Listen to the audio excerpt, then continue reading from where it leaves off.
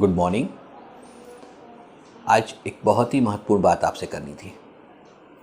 अब काउंसलिंग का समय आ रहा है। अगले कुछ ही दिनों में काउंसलिंग की डेट्स आ जाएंगी। सबसे पहले जोसा यानी ऑल इंडिया काउंसलिंग शुरू होगी, जो सारे IITs NITs के लिए होगी।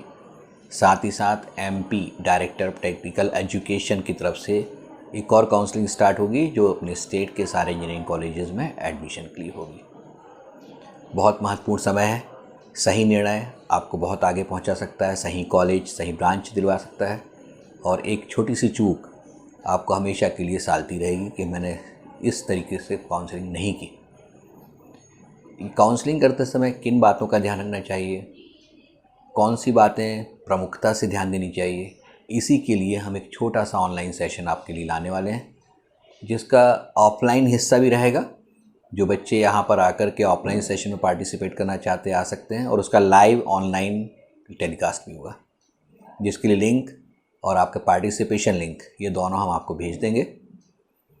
अब ये क्यों आवश्यक है कि हम काउंसलिंग के लिए काउंसलिंग करें या सपोर्ट प्राप्त करें, और भी किसका?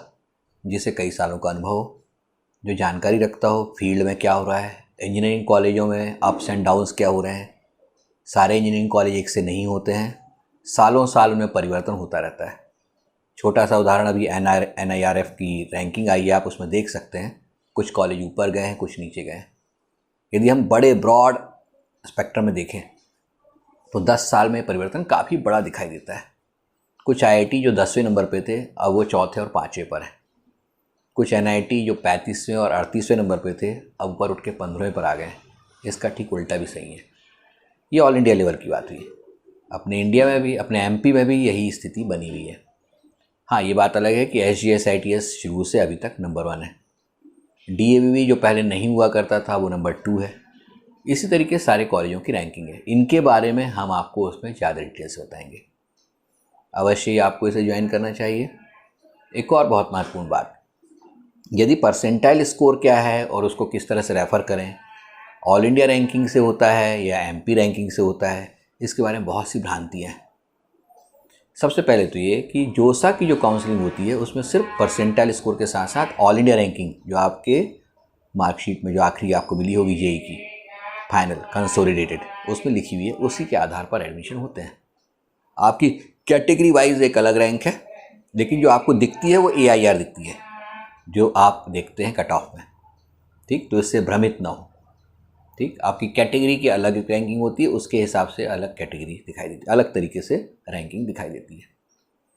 एक और बहुत महत्वपूर्ण बात, ये जो काउंसलिंग है कई दौर्स में होती है, कई स्टेजेस में होती है। First round, second round, third round, और इसीलिए इन राउंड्स में आपको किस तरह से बिहेव करना चाहिए, आपको कितना पेशेंस रखना चाहिए, ये बहुत महत्वपूर्ण बात है।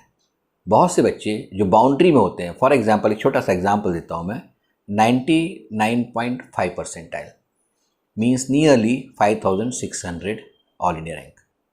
ये वो रैंक है जिसमें मैनिट या NIT भोपाल में आपको CS मिलेगा, लेकिन फर्स्ट राउंड में नहीं, सेकंड में भी नहीं, लास्ट राउंड तक आपको पेशेंस के साथ में वेट करना होगा। तो आपको काउंसलिंग करते समय पहले ही राउंड में लेकर के जल्दबाजी में आप हो सकता है कि अपनी उस सीट को खो दें, क्योंकि अक्सर अपन देखते हैं फर्स्ट राउंड में मुझे इलेक्ट्रॉनिक्स अलॉट हुआ, सेकंड में भी इलेक्ट्रॉनिक्स है, थर्ड में भी इलेक्ट्रॉनिक्स है। नाउ पेशेंस, धैर्य जो है वो उसकी परीक्षा हो जाती है, और फिर हम सोचने लगते हैं चलो अब फोर्थ राउंड में जो मिला है उसको ले लें। बट आपको ऑलरेडी एक ब्रांच मिल चुकी है, आप उसकी पार्शियल फीस जमा कर चुके हैं, तो वो आपके हाथ से नहीं जा रही है।